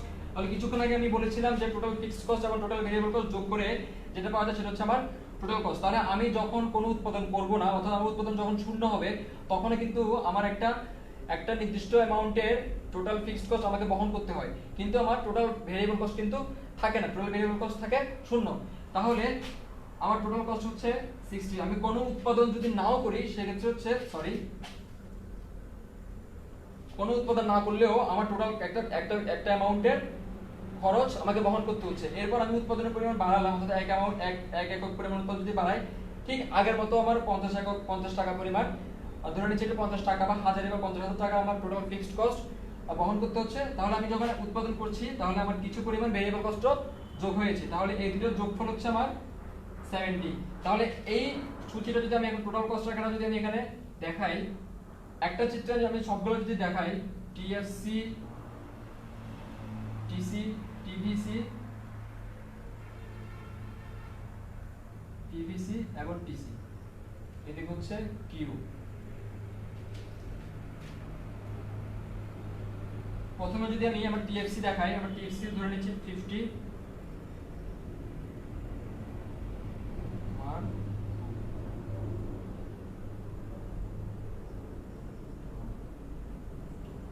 তাহলে আমার টোটাল ভেরিয়েবল কস্ট ছিল হচ্ছে, টোটাল ভেরিয়েবল কস্ট দেখা উঠবে হচ্ছে এখান থেকে, আর টোটাল কস্ট হচ্ছে প্রথম 0 একক যখন উৎপাদন ছিল, 0 একক যখন উৎপাদন ছিল আমার টোটাল কস্ট ছিল 50। তাহলে এই বিন্দু যখন 1 একক পরিমাণ উৎপাদন বাড়িয়েছি তখন আমার টোটাল কস্ট হচ্ছে 70। তাহলে আমি ধরে নিচ্ছি বিন্দুটা হচ্ছে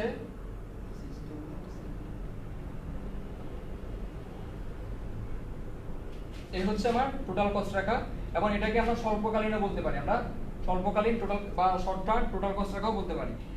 শর্ট টার্ম টোটাল কস্ট রাখা মূল বিন্দু থেকে না উঠে উপরের দিক থেকে ওঠে, কিন্তু লং রান শর্ট টার্ম এবং লং রানের ক্ষেত্রে যে মেইন পার্থক্যটা সেটা হচ্ছে